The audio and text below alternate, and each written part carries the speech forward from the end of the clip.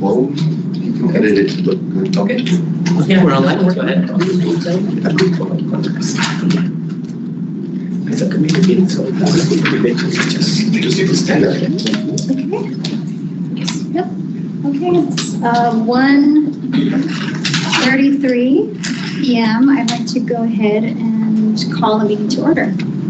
Yes, and if we may, can we first do the Pledge of Allegiance? Yes.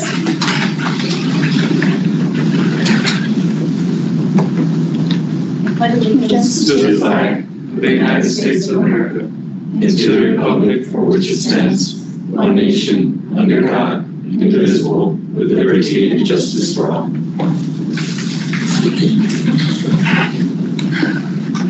Do we have any public comment?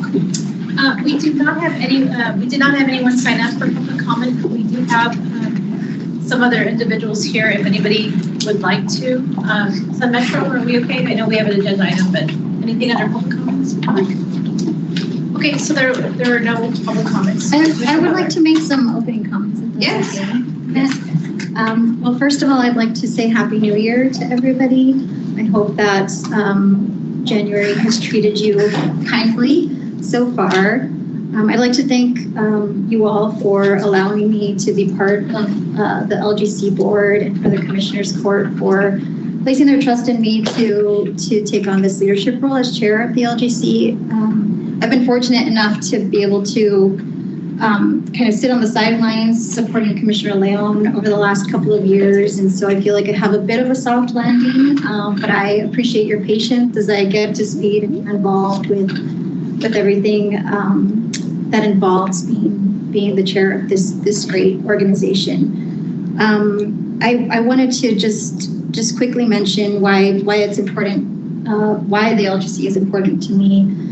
Personally, a big part of that is because it was a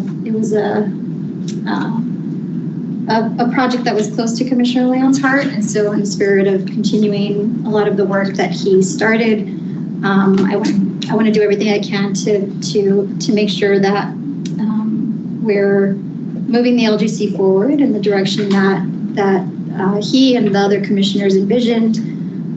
But also building on the successes that the LGC has had over the last several years. I know last year we really paid a lot of focus and a lot of efforts went into launching our paratransit service. So that was a huge accomplishment for the county. We hired our first interim director. Thank you, Mr. Banyones, for kind of steadying the ship for us. We've grown so much as an organization in a really short period of time.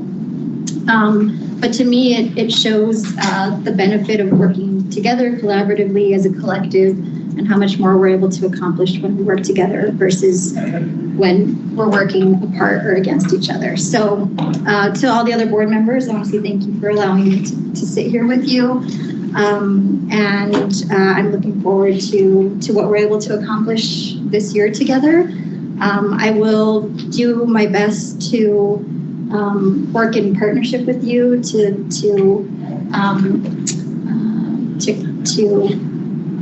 nurture the LGC into this next phase.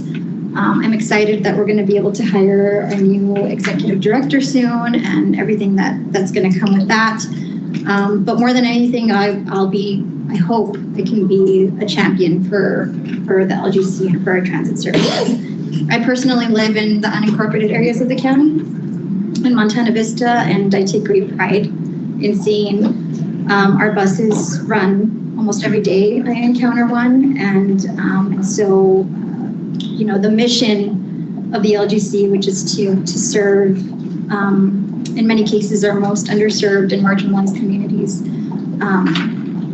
is important to me. So thank you again, and I'll do my best to lead the meeting, but please have patience. It's the first time I'm doing it. They're a nice group. I don't think you'll take advantage. Okay. Thank you. Okay, so our next agenda item is the consent agenda. I do want to note that on the agenda, I left the previous meeting on there for the minutes to be approved. So I'm asking if we could only take into account section 4B, the financial report. I will present the minutes from the December meeting along with the January meeting next month. I'll make a motion. Second. So I have a motion from Commissioner Butler and a second from Andrea Carrillo. All those in favor? Aye. Opposed? Motion will carry. And if I might add, I'm not sure if the commissioner knows everybody in the room, but it would be a good idea for us to just go around the table and introduce ourselves. Yes, sir. Javier Bañales. This is a transit planner. Marina Mayorga, transportation planner with ETA. Carl Rimkish, the Metro. Carrillo with the village. Eric Conde with the City of San Luis. I'm Mark Rubio with Horizon City. I'm Jessica Mayo with the town manager. Annette Gutierrez, Rio Grande Council Governments. Sergio Estrada with Camp Smith Legal Counsel. Harrison Ford, El Paso County. Like, what's up, please? Multimedia specialist of communications. Dave Acosta with Barracuda BPR. Anthony Condon, the director of Sun Metro. Mr. DeKaiser, nice to meet you. Jackie Butler, El Paso County Commissioner, Precinct 1. Sorry, then behind us we have Claudia.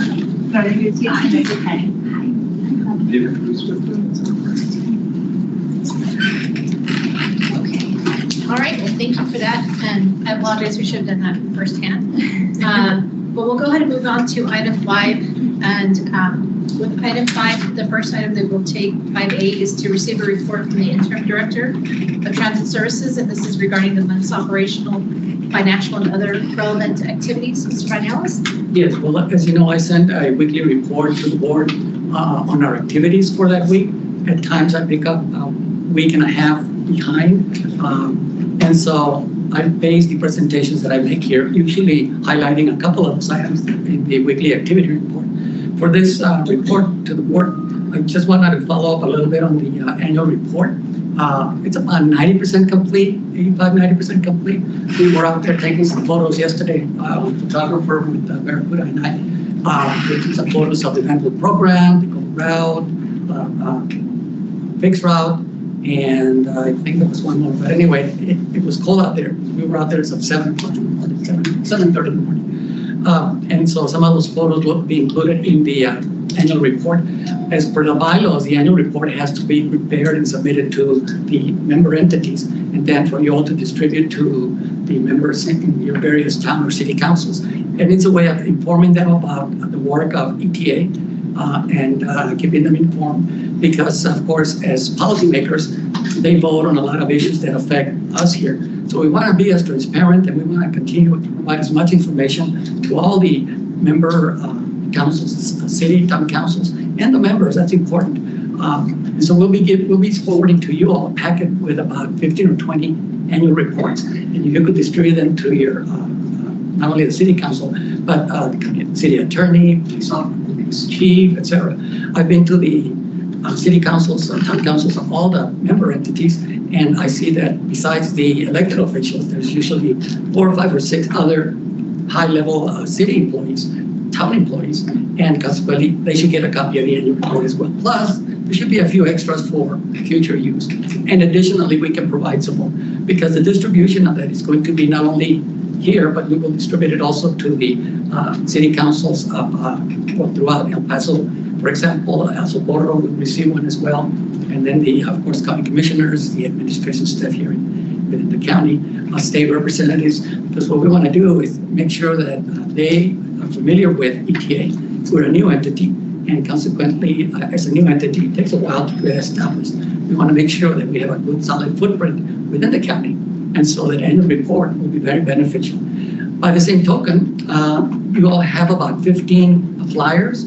These are the ones that we had presented to you, I think, in the November meeting, except that this is now being updated. It shows Commissioner Butler as the chairperson. And of course, we waited until that became official before we printed a larger number. So we have about 15 for you right now. We can give you more. We printed quite a number, because this will also be distributed throughout the county for events. We'll also be distributing those to social service agencies, because they play an important role in transportation services. They're the ones that a lot of our constituents, the persons that we serve, many times they're going to a medical appointment or a social service agency to get information about various social needs that they might have. So we'll be sending copies of this flyer, and it's going to be it's in Spanish and in English. You just have the English copy right now, but it's in Spanish and in English, and it'll be distributed again the same distribution as the annual report. Whenever there's any events, any county city fairs, let us know if we can make additional copies available. I make reference to Area Agency on Aging. In the fall, they had the it's now going into like it's 20 plus years that they've been having this. I forget this name of it, and it's ex-seniors. The Aging to Perfection Expo? Aging to Perfection, yeah. It's the Aging to Perfection, and it's at the Civic Center. There's about 1,500 to 2,000 individuals that attend every year. And so I foresee that we will have a book there with information for individuals about ETA and the services, the transit services, and we would have copies of the flyer for distribution. So these are two items that are key right now for ETA because it's going to give us visibility, and it's part of documenting, and it's part of our responsibility per the bylaws. I mean, it's written into the bylaws that we complete an annual report and distribute it to the various city and town councils. Just to share very quickly, I believe we only have one interlocal agreement that's pending, and we should have that completed in the next within the next month. We're also in the final phases, and Reina is going to report a little bit more on the status of the proposals that have been out there for a couple of months. These are two proposals. This is one, well, it's a series of proposals. One is to renew, to continue the fixed route program that we have, because the current contract is set to expire on August 31st, I believe. So the new one will start on September 1st. And that's not only fixed route, but paratransit services as well. And there's another portion of it that addresses the general public demand response program. That's something that's still forthcoming. Again, right now we'll be reporting on that. That's section 5B on the agenda. And then there's another portion of it, request for proposal, so that deals with eligibility of individuals that want to participate in the paratransit program as a messenger. And so that's something that's of major importance for us, because it's a good 5-year contract.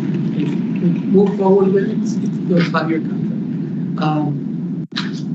And that's all I can report, unless anybody has any questions from the weekly activity reports that I submit. Thank you for this. They're great. Okay, then we'll move on to item 5B. That's to receive a status report on implementing the general public demand response program.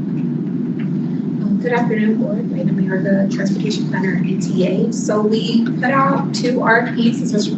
Vanellis has indicated. One we call the big RFP, which is for fixed route transit services, including 88 paratransit, as well as the dial ride service or general public demand response. And we also put one out for 88 paratransit eligibility and quality assurance. So that would be a completely separate from our service providers who would actually receive the applications for 88 paratransit and ensure that they're eligible and or provide functional assessments as needed to see if they are eligible for the service. And so from the responses received for the big RFP, which is I would call the transit services altogether, is we received from TransDev, MedBlue, Transportation LLC, and Project Amisad. For the RFP for 88 paratransit eligibility and quality assurance, we received 3 responses from MKM Transit LLC, Biokinetics, and Project Amisad. For both, we've comprised a committee of 5 members from county employees to review both responses to the RFPs. Additionally, for each committee, we have a member from TTI who will be evaluating the responses as well. They are a non-voting member, but their expertise is pretty much, I would say, valued and needed for these RFPs and contracts that we're gonna sign into moving forward. And so the next steps we have are that the county purchasing department will reach out to schedule kickoff meetings for each RFP, and we'll go into the evaluation process. And after contract negotiations or evaluation contract negotiations, then we were looking at possibly executing a contract with the selected responder by March or April. of this year. And we do have the anticipated contract starting in September so that we give whomever is chosen a 6-month ramp-up period to come in and provide these services. I have a question. So you had 3 bidders on the big RFP, Yes. and are you able to disclose whether they bid on both components, or is that part of the? They haven't told us yet. Purchasing department has not disclosed that to us yet. Because as Carl's asking, we put it out there that they could respond to just like fixed route transit services or 88 paratransit and the dial-a-ride, or they could respond to all of it if they want to do all of it. So we might have, of the 3, someone might have responded only to the 88 and dial-a-ride, and maybe the other 2 responded to all of it or just the fixed route, but we haven't been given that information yet. I would just like to add as a disclosure, as you know, as most of you know, I was a director of Amistad until 2020, I retired from them. But through this whole process, I've not had any involvement at all with any other discussions regarding the awarding, because Amistad is one of the applicants. And so I just wanted to make sure that, that's out there for the minutes, but I've stayed away from any discussions with the staff regarding that. Thank you, Mr. Ramirez. A question for Ms. Yoga, what's the preference? Is it to have 2 separate vendors or just one to do all the services? I don't think there really is a preference. I think it's gonna come to who has the best qualifications and cost efficiency with what funding we have available, because although we've been able to operate all of our services on grant funding, I think there'll be a time when we come to within some type of years, I couldn't tell you how many, that at some point it's not going to be solely operated on grant funding. So I think we need to consider what funding sources are coming in right now and how much this will cost us, because how we did put the RFP out was for a 5-year contract with an option to renew for 5 years. So potentially who we choose gets a 10-year contract.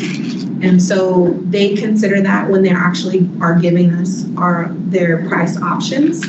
And so I think it's not a preference if we can get one person to do it all. I think it's essentially who qualifies as the best responder to do the services for us.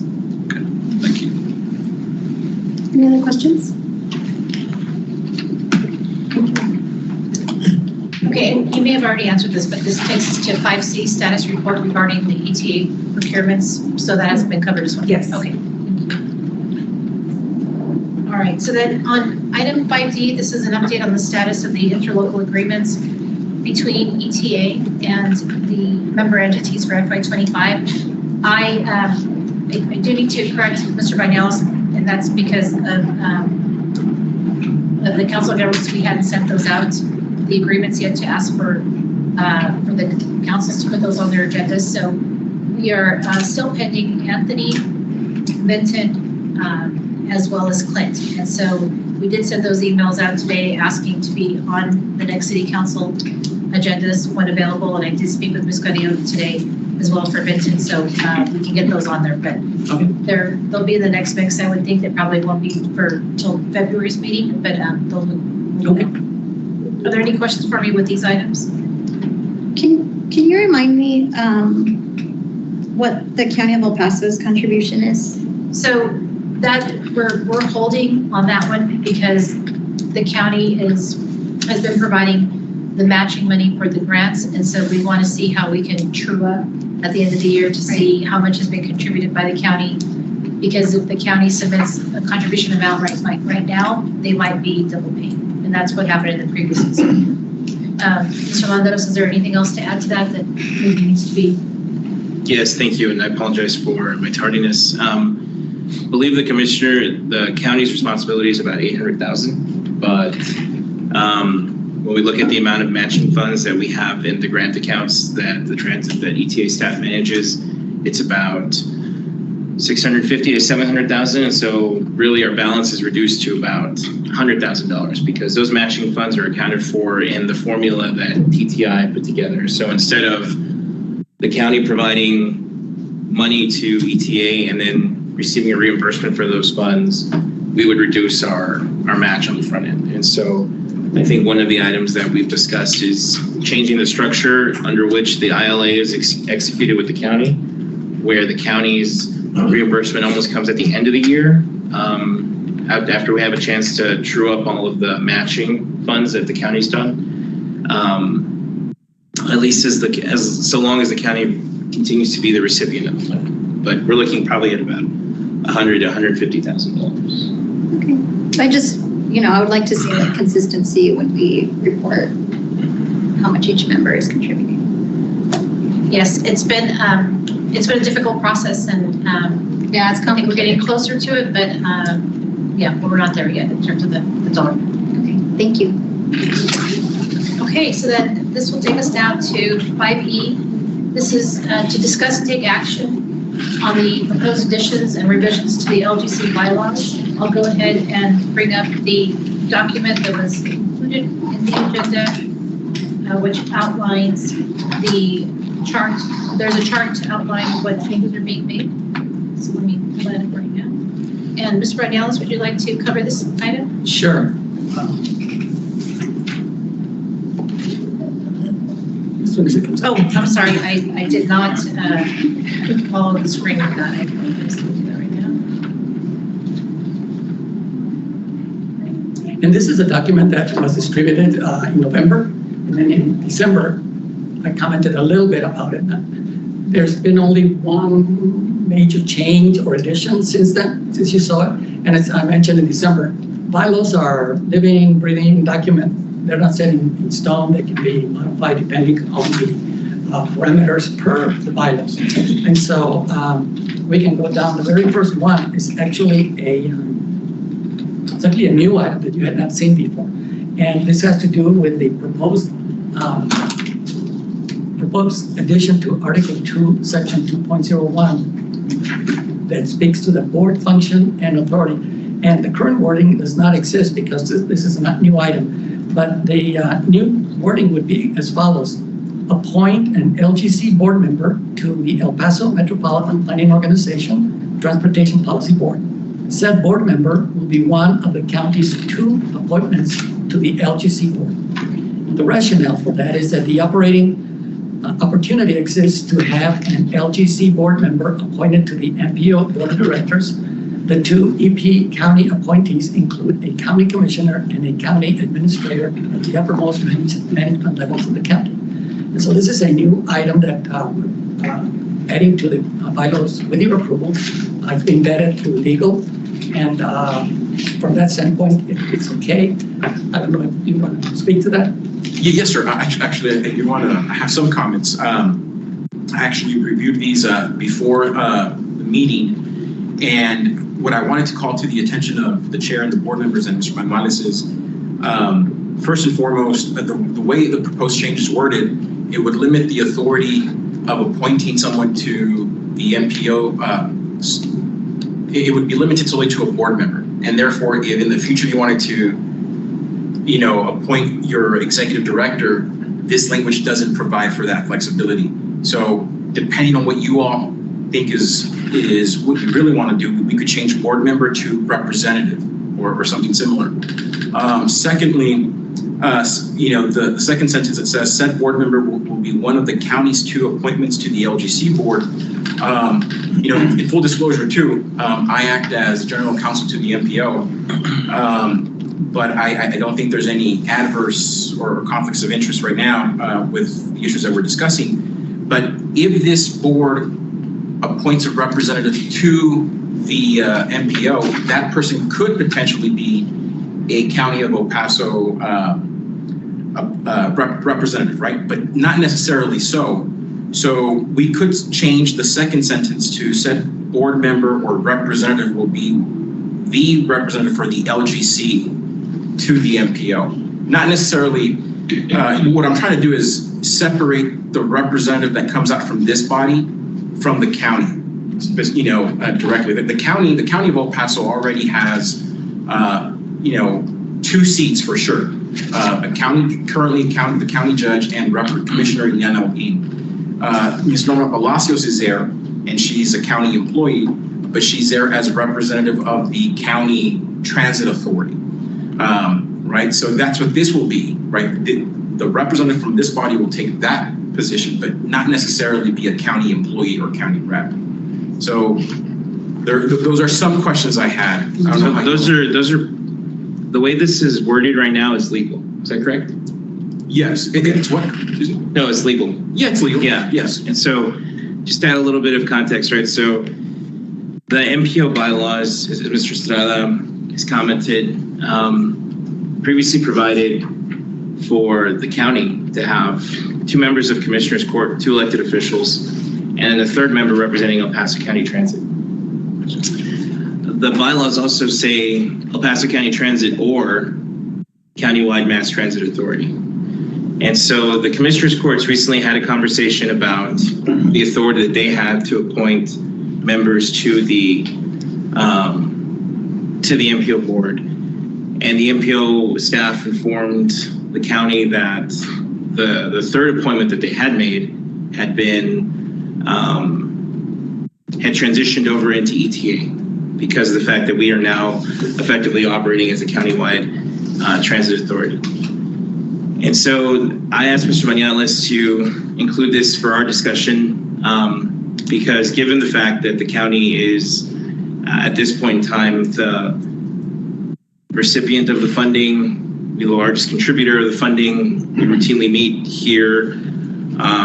We provide in-kind space to the ETA staff that serves all of us. In consideration of all of those items, the county is requesting deference that one of the 2 appointments, that one of the 2 counties representatives be the appointment to the MPO board to speak on behalf of regional transit. And I think we've proven at the county that we do have an interest in regional transit because we've expended our resources to establish this before the ETA framework was in place, right? And so I think what's also important is under the rationale, the bylaws for the MPO, for our bylaws state that the 2 county appointments are the staff person, and it has to be limited to not being an elected official, and it can be the Commissioner's Court's appointment.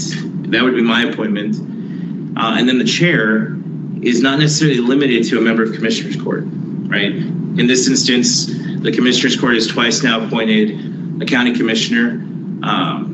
Currently, Chair Butler serves at the pleasure of the Commissioner's Court in her capacity as chair. But in the future, it could be another staff person. It could be someone external to the county. The discretion that the Commissioner's Court has to determine who the chair is theirs and theirs alone, nothing that the ETA has to do with. And so in the future, there still may be a need to, the chair that the Commissioner's Court appoints may not be an elected official and should be considered for appointment to the MPO board. And so I think those are some of the context about why we requested this. In terms of staff, this is a conversation that I know that the board has had, the MPO board has had, previous chairs have had. You may, Secretary, you may remember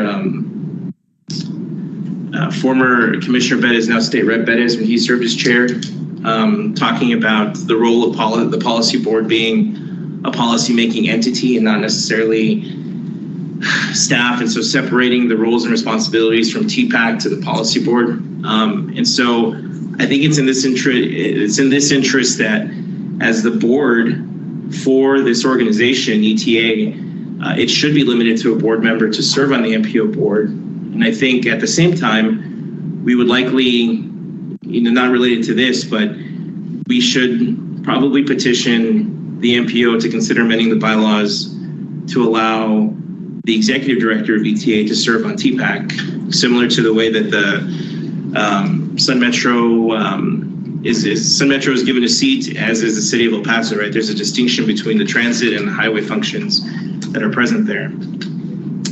And so it's in all of that that I would urge the board to consider not amending, as Mr. Estrada had delineated, but rather going with that language, or at least I wanted to provide the context as to why that was proposed in that way. I think that I think we'd be well served by the county representing the regional transit interest needs from here, from ETA. Again, given that track record that I've laid out about how we've gone to where we are today, and I think where we'll continue to grow moving forward. And understanding that explanation then as drafted, that achieves that goal. So it's up to you all. That's. I think it might be helpful, Mr. Mayaz, if maybe we go through all of them, All the amendments. and then if we have questions, we can come back each of them. There's only about 5 or 6, and several of them are very, very quick. The second one has to do with members. And we had this discussion, the board had the discussion before about including language to allow the sovereign Indian nations recognized by the U.S. government to possibly be a sitting member of the board. So this next one, Article 3, has to do with that, and it reads, government entities eligible to become members. 1, incorporated cities and towns. 2, independent and common school districts, junior college districts. And 3, sovereign Indian nations recognized by the U.S. government. Then the next one has to do with the number. This is just consistency. There was a portion of the bylaws that made reference to 5 board members, and another portion of the bylaws that made reference to 6 board members. This just consolidates it by simply saying the number of board members shall be consistent with the number of entities that have an interlocal agreement with the LGC. The next one also along the same lines, there was language in the current bylaws that makes reference to the annual meeting using different languages. And so this would consistently call for the following, that the annual meeting shall be held on the first board meeting after October 1st, which is also the start of the federal fiscal year. The next item has to do with, the wording right now makes reference to regular board meetings shall be held 4 times a year. And that was originally put into the bylaws when the ETA, when the LGC was being organized. But as we know, we meet a lot. The board meets a lot more regularly. So this would simply say regular meetings of the board shall be held at least 10 times per year or as needed. So this really makes it very flexible. The next one had to do with a proposal to alter, amend, or repeat this bylaw. Must be approved by El Paso Commissioners Court to be effective. And this called for removing the entire second paragraph of section 4, which is what I just read, because it also is repeated later on in the bylaws. So this is just removing this so it does not appear twice in the bylaws. The next one made reference to annual dues of the members for the next ensuing fiscal year shall be adopted at the annual board meeting in July of each year. So again, this made reference to July, another portion of the bylaws made reference to another month.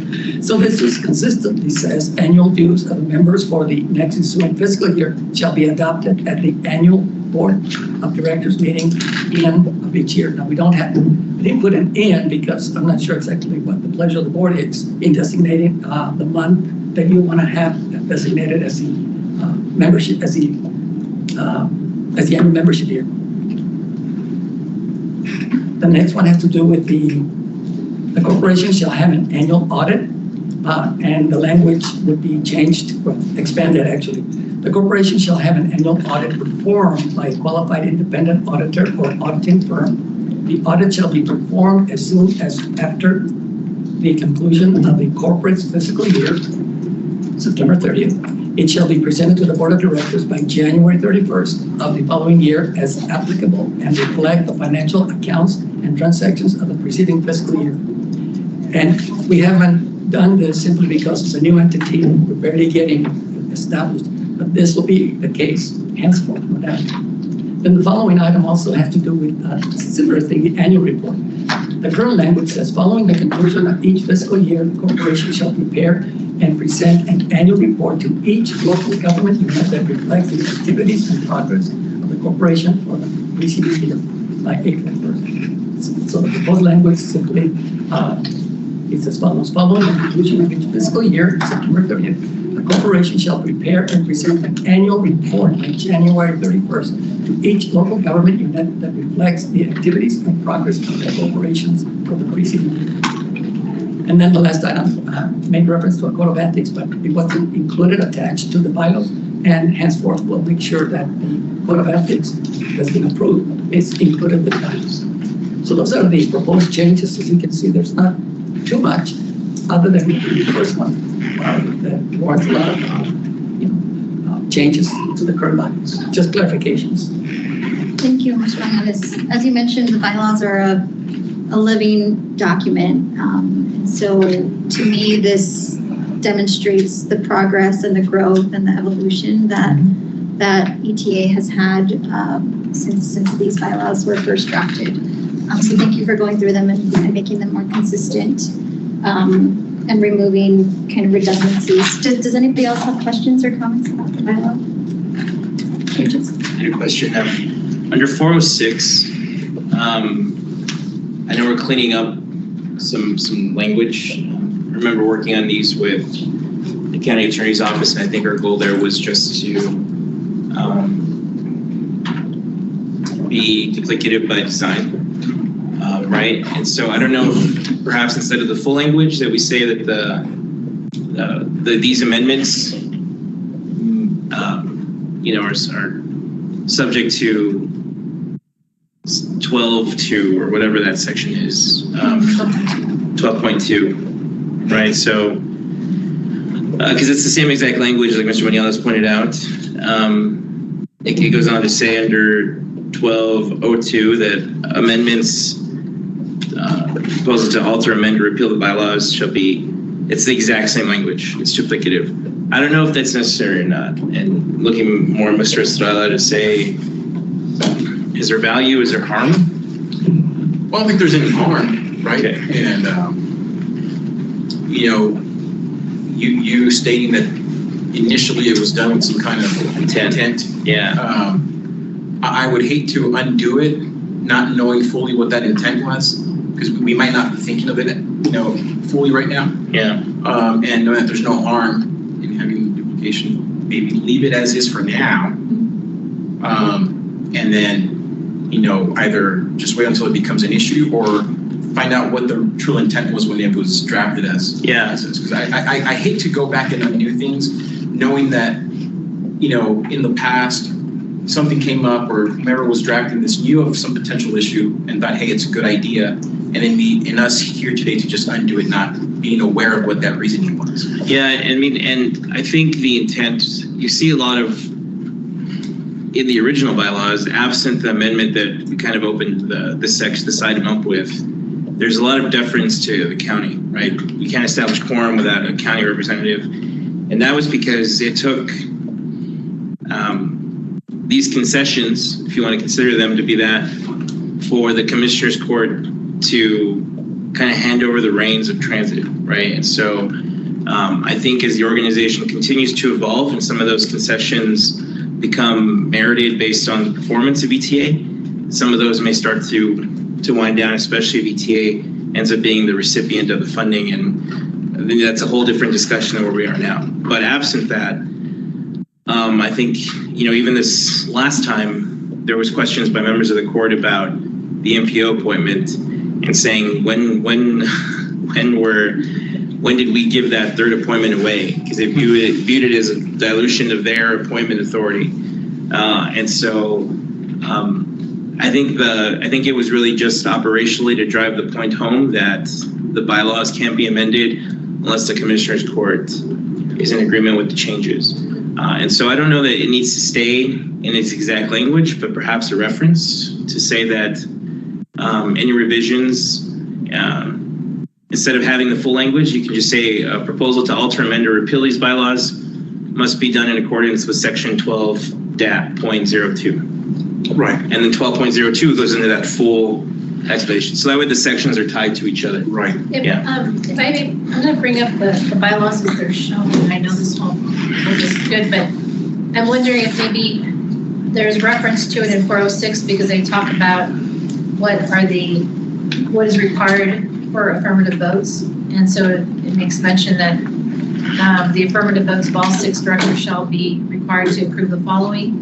But then they also, all 6 have to be affirmative for the amendment to the bylaws and the articles of incorporation. But then I can see why they go back down to 12.02 to say the same thing because it's in a different section. So maybe it's not necessarily, this is under miscellaneous provisions, the 12.02. So maybe that's why it's the same thing, but they're being distinguished into separate areas. We could leave it alone for now and come back to it at a future time. If we need all to. the other items, Right. because it warrants a little bit more review.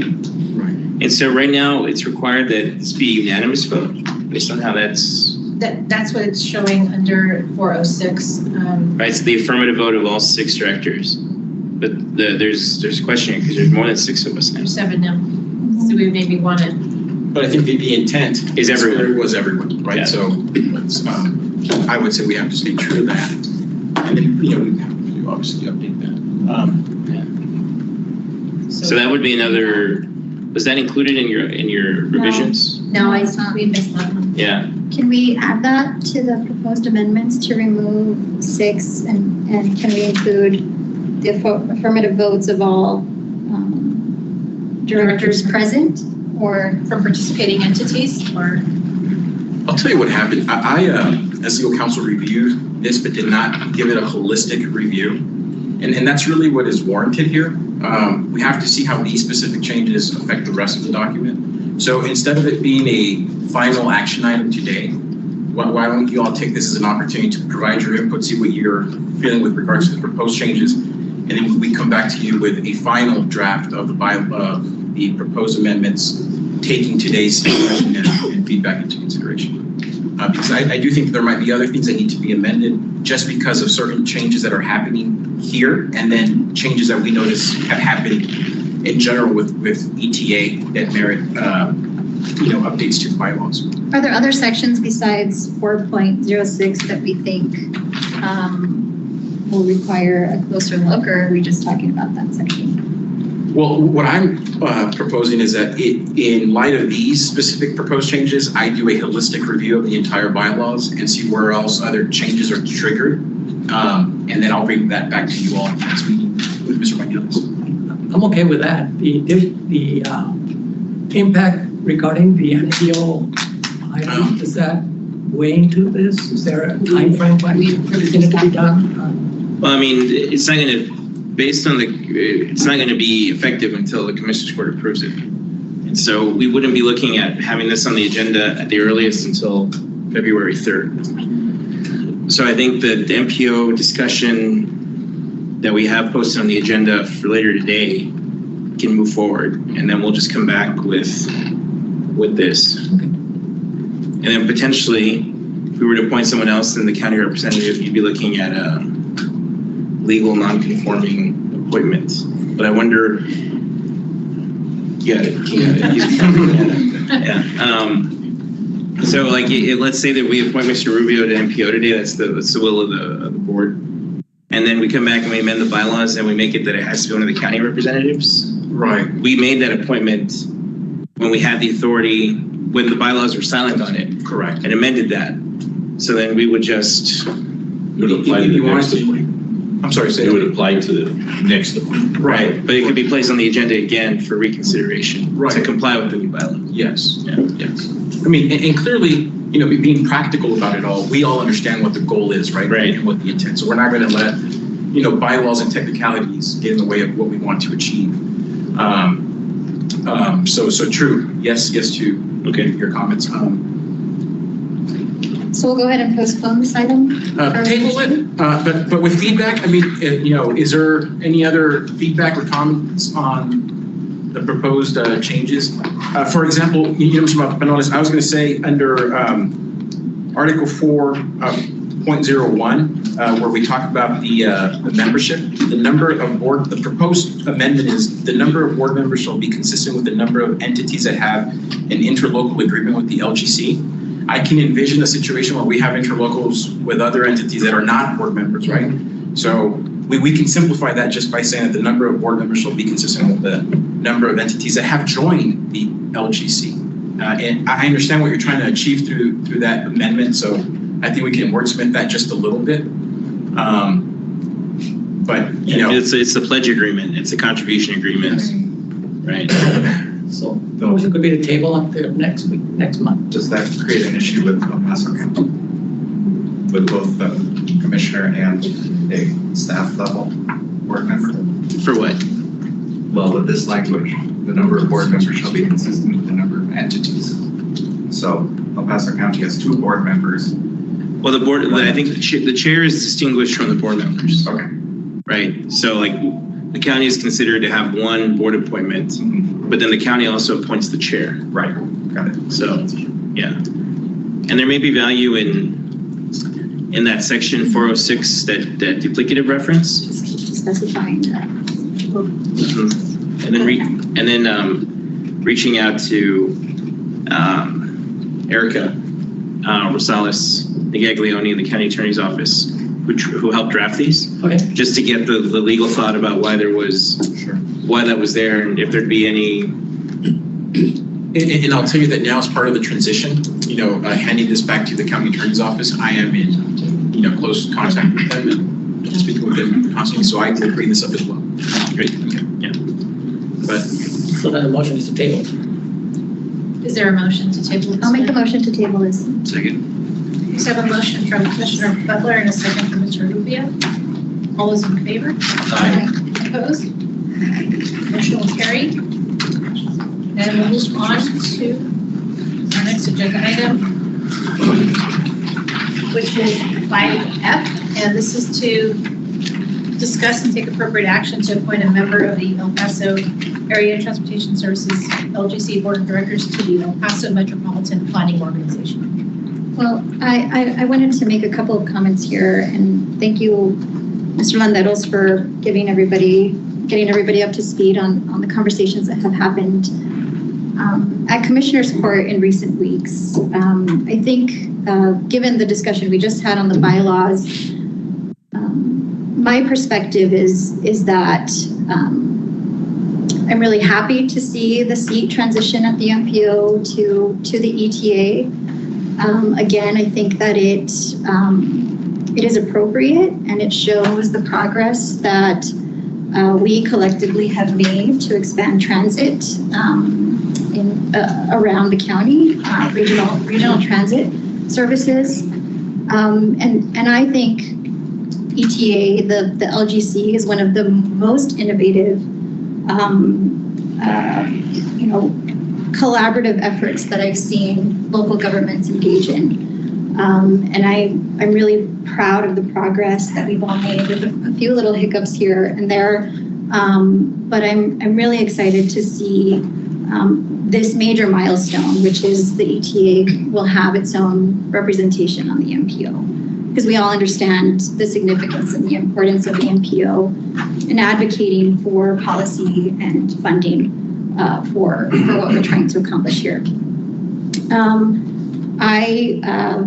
I personally really enjoy working on transportation policy. It's something that's in my professional background, and I'm familiar with how the MPO operates, and would be really honored to sit on the MPO representing ETA.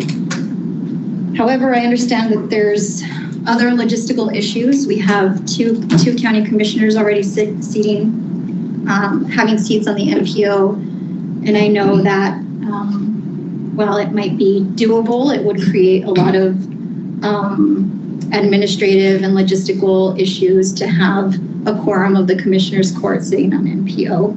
And so I hope that given the discussion we just had, that we're all in agreement that it's appropriate for the county to have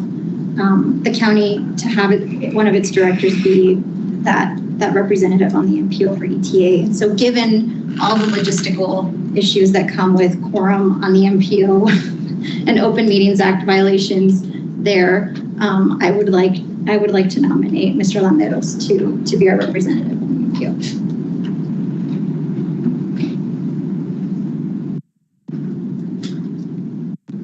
Would that be your motion? Yes. Second. Yes, second. Okay, so I have a motion from Commissioner Butler to appoint Mr. Landeros to the MPO from the ETA, second from Mr. Condi. All those in favor? Aye. Opposed? Okay, motion carries. Thank you. All right, so we'll move on to agenda item 5G, and this is to discuss and take action regarding the creation of a committee to meet with the City of El Paso Mass Transit Department to explore possible areas of coordination and cooperation to provide public transportation services within the county. Mr. Remkus, would you like to take a side?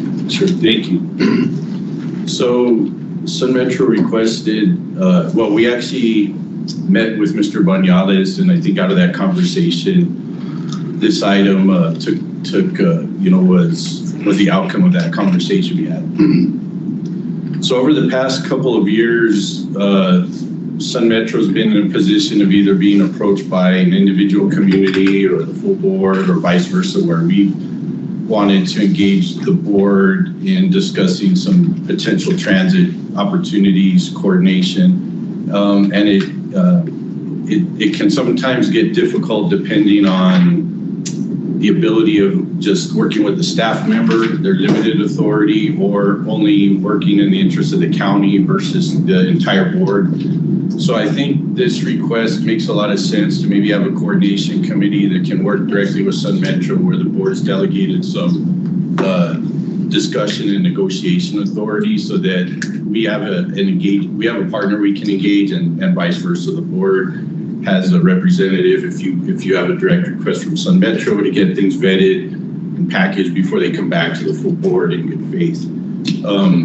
In this case, we have the opportunity to maybe coordinate in several items. Right now, we did wind down Route 84, but of course the county does have its fixed route service that are already all using our transit centers at Sun Metro. We have an interlocal for the paratransit. And so as the LGC, or as ETA continues to grow and evolve, I think this, if you want to call it a coordination committee or something like that, makes a lot of sense to be able to move forward. And that's kind of my spiel. And if Mr. DeKaiser is here, he can add on his comments on that. And so, as I have watched the LGC grow, I think, like, how are we going to move forward, right? Because we're all in the same footprint. And as you continue to grow and we continue to grow, and we have a seat on the board, a non-voting seat, which I'd like to see that change into a voting seat and work through how those things happen. And we look at how we're going to provide transit, mass transit in the greater El Paso area. Like, we can keep bringing other people inside, right? We can keep doing that, or we can do it here by ourselves from within El Paso. So we say, how do we go there? But it's also within your mission statement, right? That you want to get to there, right? And I believe that it's also the way to go in the future. So I think there's dangers in when you have the capacity to not use that capacity within the entities that we have here. And I just say that because I know people experience things like this, and transit agencies experience things like this. You make a contract, right? And the contract's over X amount of time with the option to continue on. So certain times, if that's not good for the person you make the contract with, they'll come back and they'll say, I don't like that anymore. And I need more money, or maybe I need to get out of that, right? You say, well, that's not within the contract. No, but this is happening all across the country. You get locked into a contract, you get locked into agreements. Somebody wants out of the contract. It's not really the case with the interlocal agreement, because you have the ability and the flexibility to change with that interlocal agreement as time goes on. The other thing that I would like to say is we're all servicing the same customers. Like, it is in our best interest to do well together. Like, your customers become my customers. The customers that are in the county, they go to the city. Customers that are in the city, they go to the county. In fact, all the customers in the county, in the city, are in the county, right? Did I get that right? Yeah. All the customers in the city are in the county, right? And a lot of the customers in the surrounding cities, they're all in the county too, and come into the city of El Paso. And then we transfer them back and forth. And we've already done interlocal agreements to make sure that those transfers go smoothly, right, on the paratransit side. And we're going to have to do that again to make sure that that happens and goes smoothly on the fixed route side. And like, it's going to continue and continue and continue. We have to do this. And so I'll just lay this out for us, submit this to you. How easy is it to do an operation with 4 entities? How easy is it to do an operation with 3 entities? How easy is it to do with 2 or 1? Like eventually we want to become potentially 1 entity doing this. Yeah. Like, so here I think is a perfect opportunity to take another step towards that. And I totally understand, like this body has to agree, the El Paso City Mass Transit Board has to agree, like, and the legal has to agree. I know there's a bunch of hoops that we got to jump through to get there, but here's an opportunity. If someone say, well, hey, Director, why didn't you come up with this before we put out an RFP? Well, there's different operational things that happen and different contracts that we're involved with, and when the stars align, which I don't have control of, and they don't have control of, but when they line up and the resources on both ends line up, then I feel that we should at least explore the opportunity to see if this is the right time to do what you said you already want to do, right? And go in the direction that we already said that we want to do, and keep this within the entities that are here and reside in El Paso for the people of El Paso to provide the best public transportation for the greater El Paso area. Like, I just think it's a good idea. I'm not saying that's going to work perfectly this time because I don't know, because we haven't crossed the T's and dotted the I's and gone through all that. And I understand there's already an RFP out there. I got that. But that doesn't mean you have to pursue that as the only course of action that you have this time, because there's still space and time that we have to go through, or we can go through, to make this happen. And I think it's a good idea that we do. I know I'm not a voting member. I know that my person that's on the board's not a voting member. But I think this would be a lost opportunity, not just for the city, but for the county and the LGC. So I just lay that out on the table and say, don't let this opportunity pass us by, or it's pushing us another 5 years down the road.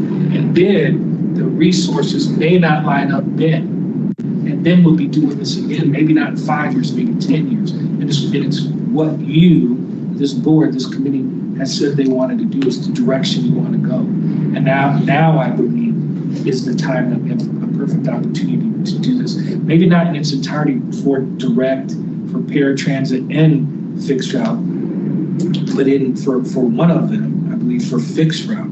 But I believe if we do this in the future, when I say near future in space and time, that others will fall in line, because I believe that it's all lining up for all of these things to happen. That's what I think. I think it's a good time to explore the opportunity, at least, to not just shut the door on it and only follow that approach. So that's what I'm saying. I appreciate the spirit of collaboration and the openness to work together. I think you're right. The LGC was formed towards that goal of working hand in hand with Sun Metro, and so I think everybody here is more than open and happy to hear your comments and to work together with Sun Metro. I'd like to hear more about what you're thinking of in terms of like the makeup of the committee. What I think, and I don't know if anybody else has comments about this, but I would just, I guess my only concern would be that this committee would have really important conversations about, how the LGC moves forward in collaboration with Sun Metro, which is a huge part of why we exist, and that those conversations would exclude,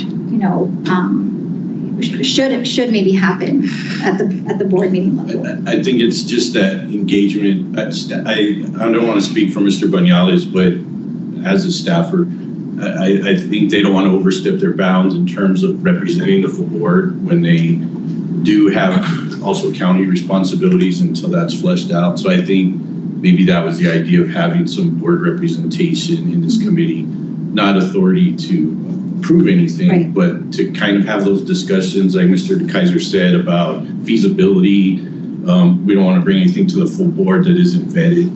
Right. And so I think that was the intent, so that staff isn't put in a position of having to represent the board is the idea in those discussions. And if I could, even on buy-in as director of Sun Metro, like, before I can like fully move on anything, like, I have to have discussion with somebody and say, here's what I think, what do you think? And they're like, yeah, yes, I think this is the direction we can move. Then I have to go back and I have, you know, my boss and deputy city manager and the city manager, and I gotta talk to them about that. And they say, yes, you can move forward, stop at that point. We have to tell the mayor and the city representatives, and then have to be like, yes, proceed, or no. But like, so there's steps that we have to take.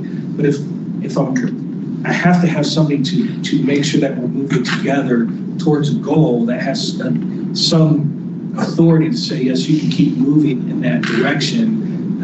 Especially if we are working in a timeline that you want to work with to get to the end state of, yes, we want to do this interlocal with you and move towards the fixed route, being under the operational control of Sun Metro, not full control, just the operational control. Of course, the LGC would be saying, hey, we are interested in this interlocal, or we're intertwined in this interlocal, so now we're doing this together. So we have to have somebody to talk to that can help us move in this direction. Like, sometimes a month goes by is a long time if we're trying to do this in 6 months from now or 7 or 8 months from now. A month is a long time when we're trying to work with 2 separate entities and we have permissions to go along the way.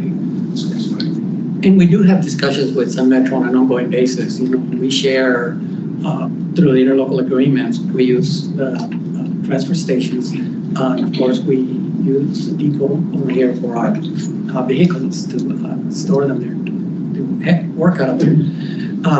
But I think the topic is a little bit more at the policy levels, because we certainly can't make decisions such as our board and city council and mass transit would make, but getting an understanding as to, is this something that warrants a little bit more activity action from board members level.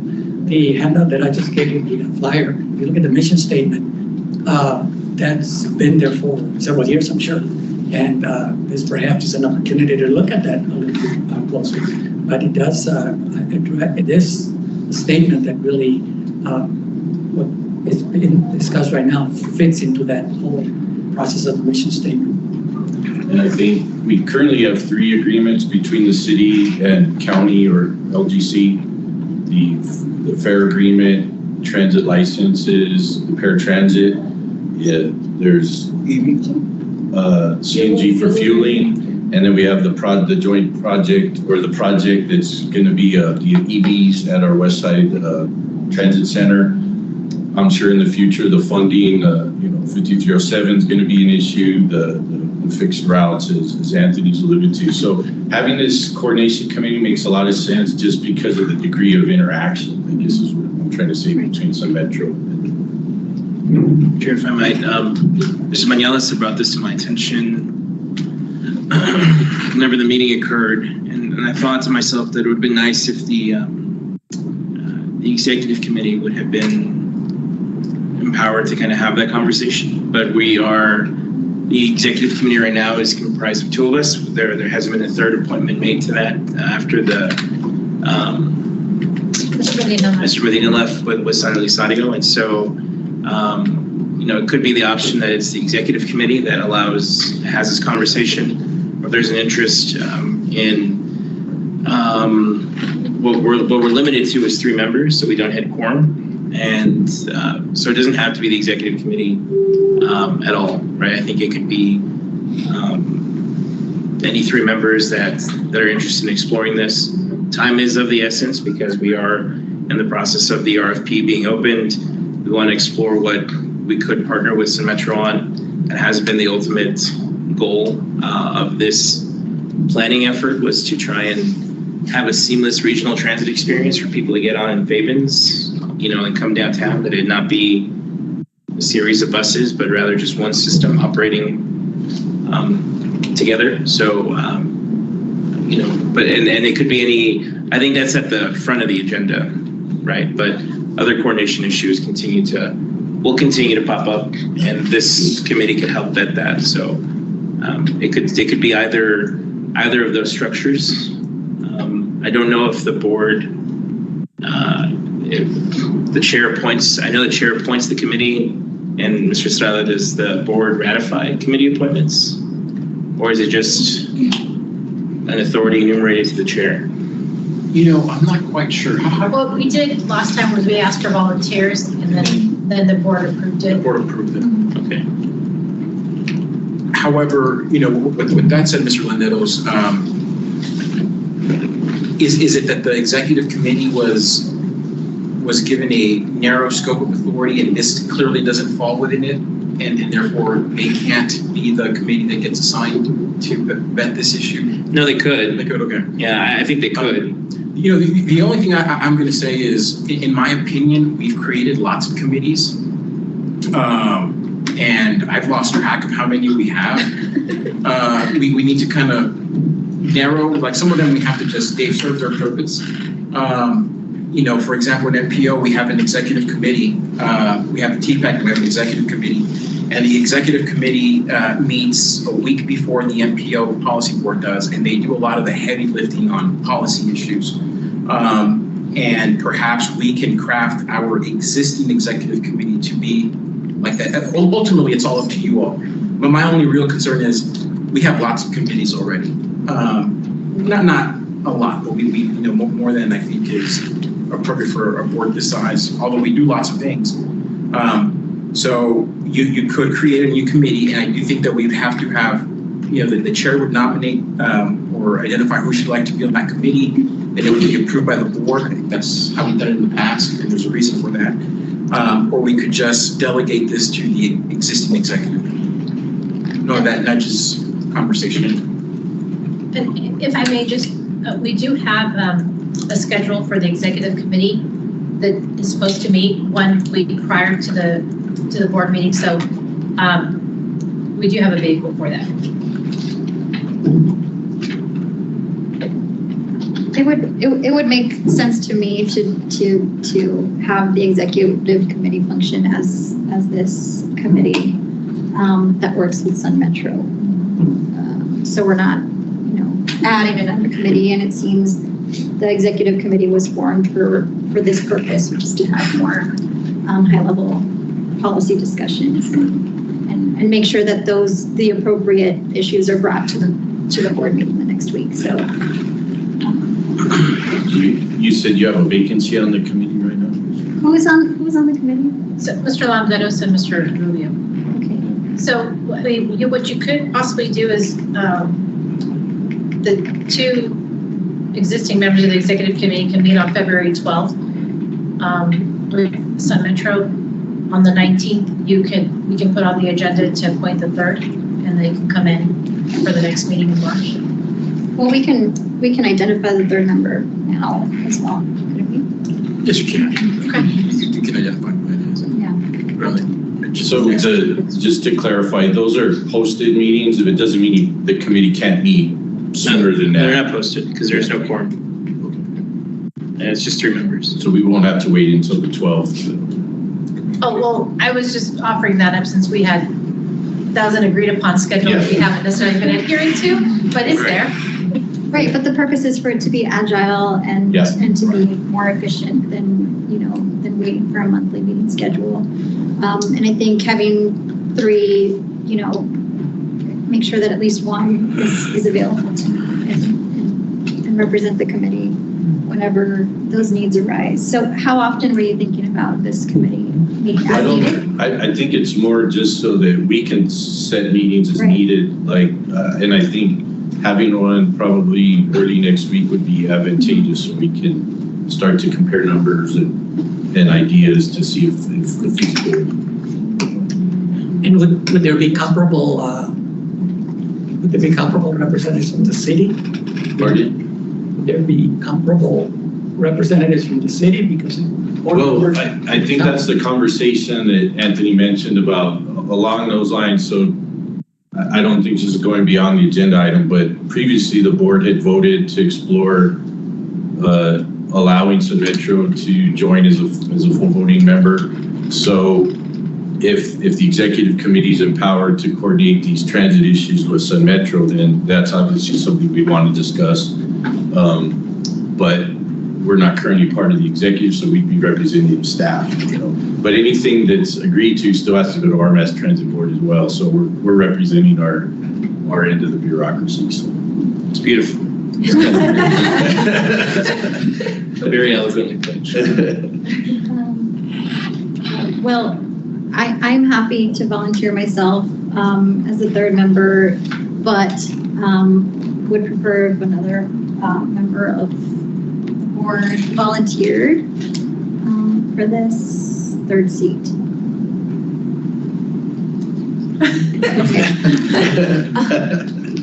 You know, and I don't know if it would be, you know, if it matters whether the chair is part of the executive committee or if it conflicts with anything. I don't think it conflicts with anything. Again, I haven't looked at it. I wasn't sure this would come up, but usually, not usually, but I've seen it where in the executive committee, if this executive committee develops into what I think was the idea, you know, the chair being on that committee would make a lot of sense. It's not unusual. It's not unusual. Yeah, because it's intended to be like the vetting of the agenda in a formal way ahead of the. That's the way it functions at the MPO. Right. The executive, yeah. But I can appoint myself to the executive committee. Well, I think what we should do is Then vote on it. vote on it. Right. Yes. So I volunteer to serve as the third member of the We'll make a motion to. Somebody has to make a motion, right? Yes. Okay, so we have a motion from Andrea Garcia to nominate Commissioner Butler. Second by Mr. Rubio. Okay. All those in favor? Aye. Opposed? All right, so motion carries to, And it wasn't an agenda item, but it's a type of issue that, you know, doesn't rise to the threshold where it's problematic to do this as part of this discussion. and then do we want to have, is there a motion necessary then for the executive committee to meet with Sun Metro or no action? I think for now, we'll let the executive committee go and have these initial discussions and report back to the board. And then any official action that needs to be taken can be taken at the next meeting. If I could, I think, first of all, let me say thank you so much for doing that. Because I think we'll open up lines of communication that we can quickly communicate between me and my senior staff and the executive committee. Even if it's through emails, quickly, like move through some issues and then say, okay, now we've moved this so far, now we need to sit down and meet. Otherwise, we get to the meeting and we're like, starting at scratch and we're having discussions. But now that the lines of communication are open a little bit, like I said, we can move forward to a point and then say, okay, now we can sit down and have a discussion and then really make a leap and then move forward again. And as opposed to like, wait a month and have a little discussion, wait another month and have a little discussion. So I think it really helps facilitate things. So I appreciate it. I had a question for Mr. Estrada. Mr. Dio, at what point does the public meeting that would kick in based on what Mr. DeKaiser was saying? To what degree can we discuss without posting this meeting? So, you know, clearly what we're trying to do is discourage it from rising to the level where it has to become kind of like what the executive committee for MPO has become, right? Which is it has to be posted. This is not there yet. You know, the executive committee isn't there yet. But if we get to the point where it is a repetitive and traditional practice that the executive committee is going to hear a lot of issues, right, that eventually go to the policy board, and it becomes the case. First of all, I should say there's no like black, you know, or clear demarcation when an advisory committee kind of transfers, you know, carries over to where they need to comply with the Texas Open Meetings Act. Clearly, by not having a quorum of this body there, we're taking care of that issue. But if in the future it becomes apparent, and we all have to kind of be careful about this, we'll be watching it. If it becomes the case that a lot of the issues or matters that are discussed at the executive committee come to the policy board this meeting and are approved, almost just ratifying other, you know, decisions previously made, then the executive committee will have become a policy making committee of such of such an extent or degree that it has to comply with TOMA. But this our current executive committee is not there yet. So we can still use it to be agile. But what may happen is if a determination is made either by me or the county attorneys later on that the executive committee has evolved into such a, I'm gonna say powerful but important commission or committee, then we want to maintain the ability to be agile and flexible, we create another committee, right, that has more of a staff member component to it. But to ease your concerns, as of right now, the executive committee that we have does not rise to that level. Okay, and there's no clear point where it does. You just have to kind of be watching what the practice becomes. I mean, at the MPO, the executive committee also manages the executive director. Yes. So they kind of have a unique role that goes above and beyond the policy, and so that adds to the weight of that committee. Whereas we're not proposing anything like that here, I don't think. Yeah. And as a reminder, so sorry, all the committees that we've created from this body are advisory in nature. None of them have been given any authority to ever take any decisions. Anything that gets discussed in any of the committees, including the executive committee, must come to this board for final review and approval. Right. And I would imagine as, maybe the executive committee becomes more active and meeting regularly with Sun Metro, we'll establish a formal method for reporting to the board what those discussions look like, and how often we've been meeting and the topics. Sorry. My question is for Chair Butler. Is your contact information for your assistant still Carl Michael? Yes. Okay. So just Yes, for meeting coordination. We'll know who to talk to about getting on your You gotta be careful which Carl you're talking about. Carl. That statement applies to both Carls. Yeah. Carl, if you're listening, we love you. Yes. Would it make sense then for item G, would it make sense to, since it's posted for action, to state that the executive committee will act as the liaison Yes. to Sun Metro? Yes, you can go ahead and state that, and I would also just say that you handle item G as a no action item. Oh. As for today. The board's giving direction. Yeah, the board's giving direction. Instead of formal action. Well, I guess we can just say no action. Yes. I will say, so there will be no action Oh, okay. on 5G. So with that in mind, then we can move on to item 5H, and that is an update from Barracuda PR regarding the public information activities completed or that are underway.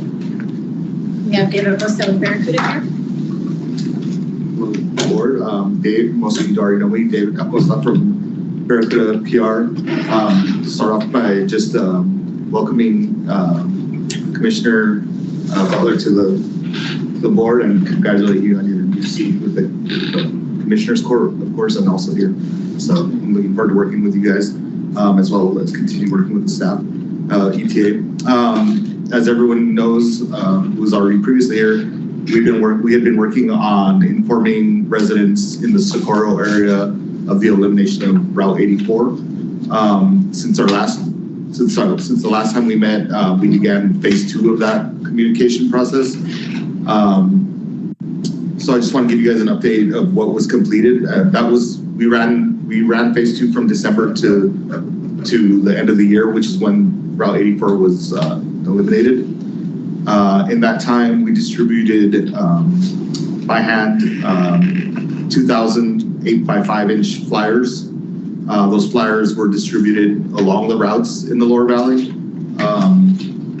at various community centers, health centers. We took some to the Palo Real Center and Senior Center, Sergio Troncoso Public Library, El Paso Community Health Clinic, all the various Family Dollars, Dollar Generals, those little stores along those routes. Vista Market took some.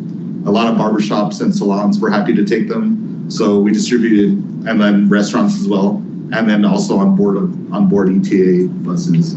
So that's where all those 2,000 flyers went by hand. We also sent out 6,000 plus mailers in the water bills for Horizon Mud, Fabens Water District, and the Lower Valley Water District. Those were mailed in individual bills for each entity, 2,300 to Horizon, 2,000 to Fabens, and 2,000 in the Lower Valley Water District. We also ran social media ads via ETA's Facebook page with a total, and you should have the social media report, I believe, that we provide to the staff and they provide to you. But that ad spend was $258, which reached about 60,000 plus individuals via Facebook and Instagram.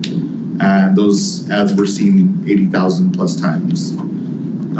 We also ran radio ads from December 2nd to December 30th on several Spanish speaking stations. The ad was run a total of 405 times during that period.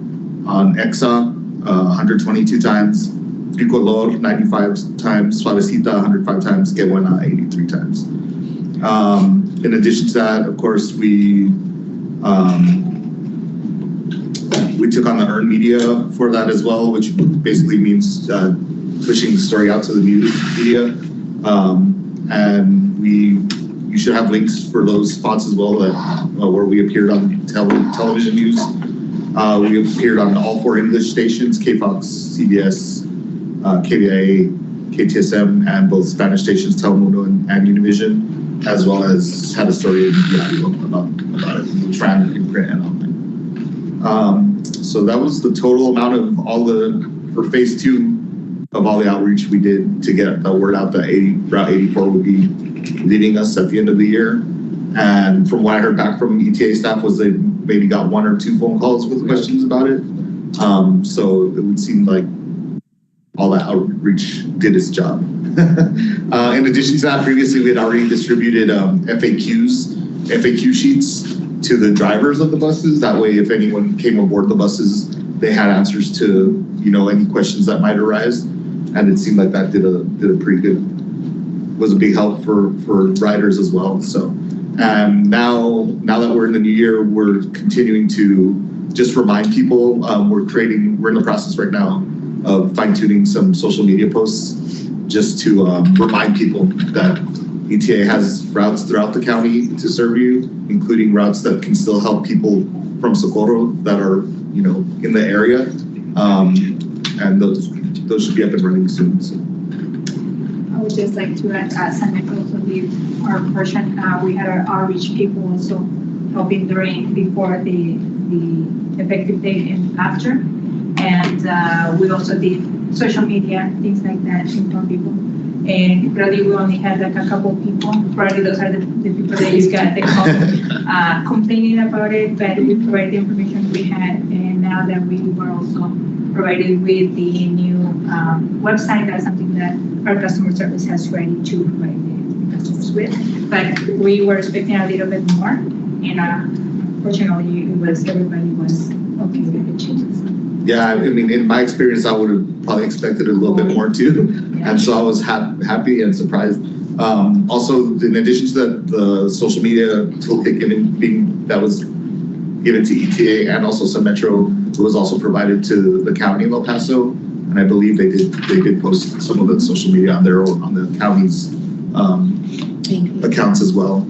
So yeah, I was happily surprised again with the feedback that we got from the community, that being very little. And I think that it went about as smoothly as we could have all hoped.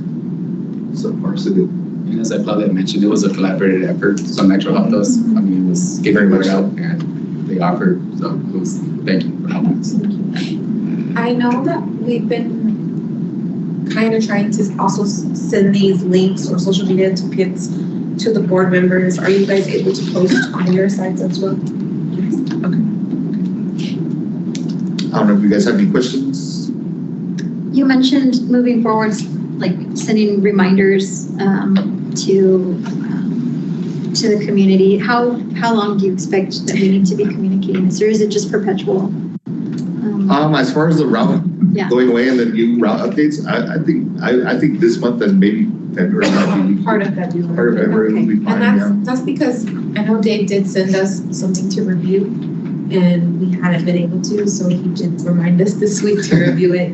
We had some comments back, so I assume we would get the updated version within the next, either by the end of this week or early next week, and then we can start to post that. And it was mostly just to say, because it did kind of seem like we were only telling people check out routes 40 and 50 in the area. But we still have the other routes, 30, 31, if we're talking to the city of Socorro. And those still kind of go through parts of the upper portion, I would say northern portion of Socorro. So I didn't want to just limit it to say check out 40 and 50. We did make changes to 40 and 50 for mitigation to the removal of 84, but we do still have the other two routes. So we were discussing, Mr. Bañuelos was in the email, and Jesus, to say, do we just say check out our other routes in your area and then, defer them to the website? And I think that's what we kind of like settled upon. And then there's another portion that says to further advertise our ADA paratransit services, and that one's good to go, Dave. So I can start posting that. Yeah, I was about to add. As early as tomorrow, I can start posting. I was about to add to that. Yes, that one's ready to go. We're also still continuing to advertise right now organically, but I believe we still have budget for social media ads as well. If we wanted, depending on how, how badly you're in need of more applications or how rapidly you want to intake them, to keep pushing the fact that there is ADA paratransit now available and the applications are available online. So we're continuing to push that out as well. As far as ongoing PR, I continue to meet with ETA. Right now, we've gone down to bi-weekly now. It's not since Socorro is kind of wrapped up, it's not as urgent to meet every week. So we'll be discussing upcoming further PR opportunities and social media needs, graphic needs, stuff like that. So, yeah. Chairwoman Butler, I think Ms. What I wanted to say something else. I'll talk to them right now because I might have an idea how to do that with our routes. Very cool. I did have a question, and it starts with a comment. So, and thank you for all the work that you've done. I think the fact that we had such little feedback from people is healthy, but I know that this past week we encountered the distribution of some misinformation at the, did you all talk about that and present that before I got here? No. Oh, okay, yeah, and so, yeah. I'm gonna bring it up at the beginning. Okay, yeah, This so, is fine. okay, so there was, well, Mr. Miles, turn over to you if you want to give us a recap of kind of the coordination that's happened between the ETA and the city of El Paso and what the issue is. We received an email yesterday, middle of the afternoon, that apparently somebody was distributing flyers at the Mission Valley transfer station, and the flyers, it was not in a stationary. The person that distributed flyers, they don't know who it was in a gray van and took off. But I was distributing flyers that actually had misinformation on there about the schedule. And they were being told that, or the individual was passing out flyers and telling the individuals that he was in contact with that the ETA was no longer serving Socorro as of now, which of course is not true. This is not going to happen until July 1st. But apparently that sort of was going on at least within the last few days. The flyer was given to one of the drivers. The driver took it to their headquarters here at the depot, and that's when I got called. I notified Mr. Medeiros, shared it with staff, and contacted some Metro also because, just curious, wondering what was the procedure regarding handouts like that. And Carl responded. Want to expand on that? Yeah, I went in and let our security manager know to advise the security guards at our Mission Valley Transit Center to be on the lookout for whoever was passing that out. As part of our conduct policy that if you're handing anything out at one of our facilities or on our vehicles, you have to have prior approval from Metro. Obviously, we hadn't given it. So I haven't heard anything on that today, so I don't know if it was a... So what we do is we give them notification, like we'll identify that person, and with our security, we'll give them a written notification that they're not allowed to do that. And then if they come back and do it again, then we'll give them let them know that they're banned from our facilities, and then the next time they'll get arrested because we weren't able to do something for them. So that's how we stop things like that from happening on our different properties at the transit station. So we go through the process of removing that individual property out of the place. So I was going to ask if Barracuda has a gray van. You know, when you said the I know. But what was the exact message of the flyer? So I pulled up the flyer here, right? So I pulled it, I was sharing it with Chair Butler. So the first part is an announcement that has a city seal, and it says Socorro Avanzando, I think. And it talks about the development of their transit development plan. And I guess Socorro Avanzando is going to be the name of their transit system. That's supposed to, they're going to have a public meeting in the spring of 2025, right? So sometime in the next few months. And so what that message was versus what's on here is, I think maybe the message that they were being told was being verbalized to them was that the county no longer services Socorro, so I mean, I think it's not accurate, but it's not misleading because we will effectively at some point, ETA will not serve Socorro, but maybe they were just trying to, be proactive and sharing that information. And so I don't know if there's value in, I know we kind of took this course of making sure that it's vetted and follow the Metro policies. I don't know if there's an interest in changing tone from the board about how we've messaged against Socorro, and I know that I've been very vocal about the decisions that council made time and again to not participate here and to effectively not allow their residents to ride on our buses, but in the interest of extending an olive branch, I don't know if this is something that we could promote to the people that ride our buses, to let them know, hey, look, at the end of the day, our commitment is to make sure that people have public transit access where they don't have it. And so it might be valuable to promote the workshop in good faith, which Socorro I don't think is operated under, to be frank. But I think that we can be above that. So we don't know how many flyers were distributed or how much information has been released. One possibility is that we could just do a nice positive flyer to hand out in the Socorro area, simply saying that our services continue until June 30th, and for them to talk to the city council if they want to discuss anything that has to do with continuing the service, because certainly they have a seat at the table here. They vote to do so. Yeah, I mean, residents could go to these meetings and say, don't create a system on your own. You should just partner with the county. Well, to your point, it might warrant a future agenda item, because if they're creating a transit system, it's gonna de facto have to interface with both Sun Metro and ETA. Right. And we need to be part of those conversations, not an afterthought, just, okay, here's our system, how do we connect? So I think that's probably an agenda item on itself, how we're going to address that. That's right.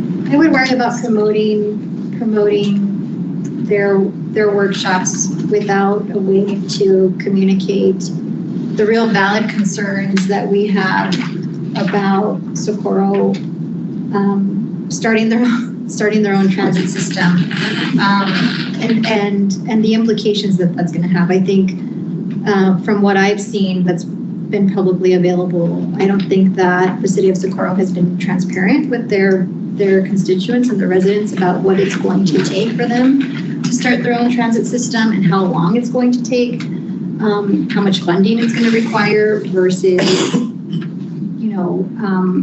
joining a group that's already established and already has transit services. So if there was a way for us to be able to maybe highlight some of those things, or at least maybe, I don't know, say ask these questions, right, of your city leadership, I would worry about feeding into that misinformation and lack of transparency. I wonder if it's a public meeting in Socorro, which we have, because we currently serve those residents, and it's a meeting to tell them, here are the facts, and here's what Socorro is doing, and this is what we expect that to mean. To count. Now, it gets complicated, like hold a meeting to inform the residents of Socorro and don't ask the city of Socorro for meeting space. But the ESDs operate as independent of the city, and they have a fire station in Socorro. The county ag extension, the Texas A&M AgriLife office is close to city of Socorro. The Mission Valley Transfer Center has a space that we could potentially use. I just think it's going to be a lot of residents who are angry that the system is being reduced. And I think we would need to be prepared that the message would be, we're almost going to induce that response from residents, but we need to tell them your comments need to be redirected to someone who can do something about it. It's not us. Yeah. I would be, I don't know what I'm saying. I would be very cautious of saying you should go talk to your representatives. Like in my opinion, the focus should be about here's what we do and here's what we provide. Here's who's responsible for you, and this is what we're doing. Mm-hmm. And make it a positive light on how what you're doing for your community and who the representatives are that represent their community. Then there's no reason to be mad at these people that are conducting the operations, the person that's driving the bus, like just the driver. Like, here's our routes. The people that you should be talking to are over here. This is not part of that anymore. And just leave it at that. Otherwise, you have the wrong person being a spokesman out there where the rubber meets the road, and then you put them in a difficult situation. Even at Sun Metro, when drivers, people that are out there trying to start explaining stuff, they are not fully immersed in all the issues, and then they end up being on the front line, and it just causes more problems. And then I have to put more people involved. It shouldn't be done because it escalates. It doesn't escalate. It just doesn't go. How do you attack? Not attack. Address. How do you address those issues at the appropriate levels? But I would submit to you, it's not really here. Like, it's between this entity and Socorro, not the operations. Right. Oh, absolutely, yeah. I think that's a fair point. Should we add this as an agenda item for the next meeting so that we can discuss more options? And is this something Barracuda might be able to guide us on in terms of different strategies for communicating? We want 24 public meetings. Trying to give you some. But I mean, the schools are available, separate entity from the city, in the community. I'd be able to. Third parties that have a stake that aren't direct, that are part of the Socorro community, I think are important in that. But we have to strategize. Right. But Sun Metro is on board to help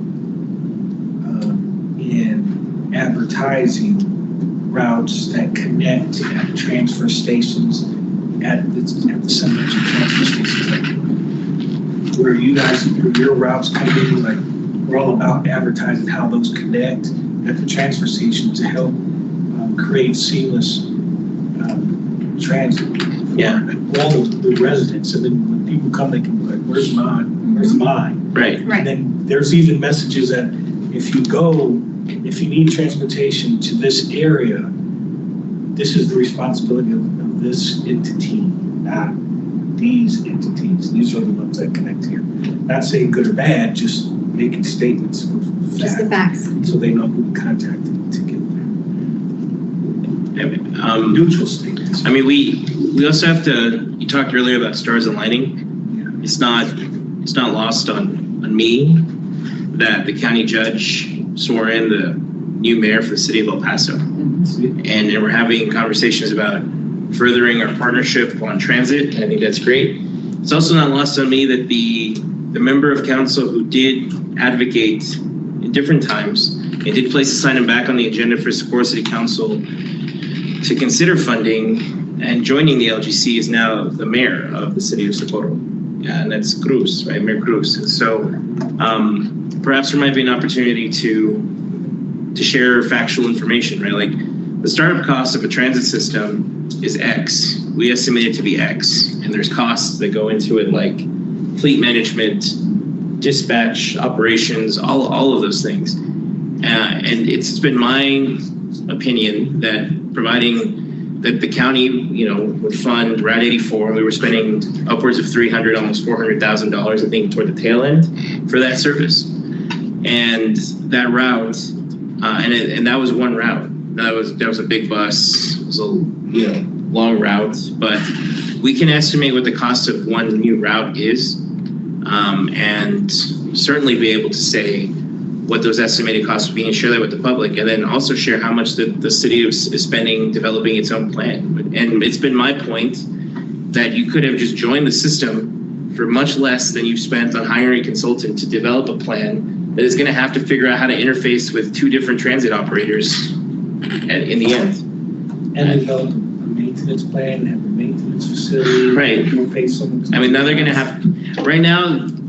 I was going to say, I think that we are straying a little bit too far from the posted agenda item, and agree that we can bring it back as, an agenda item for the next meeting.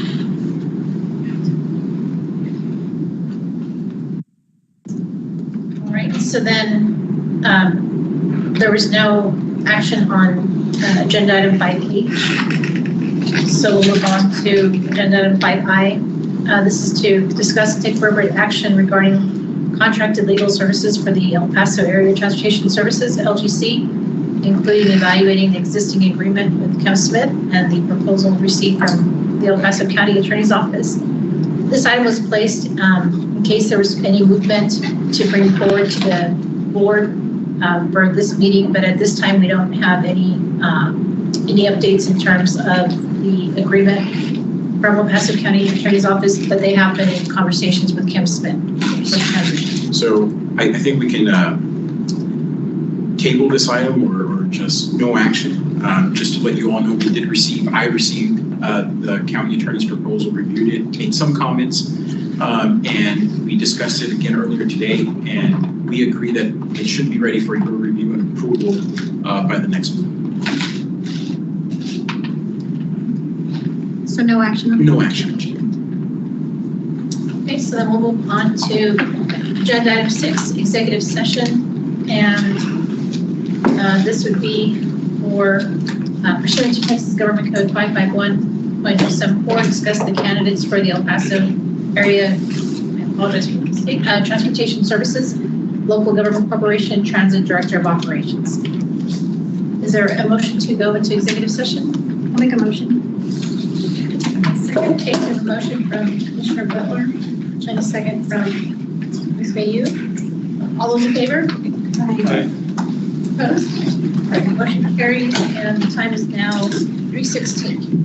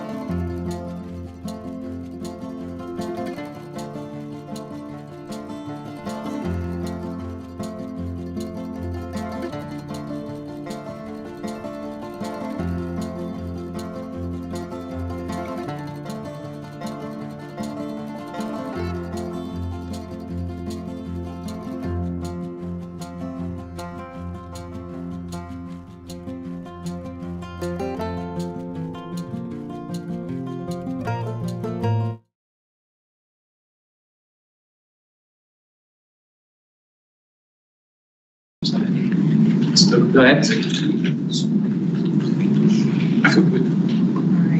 We're back online? Yes. And I apologize, we have to close our job.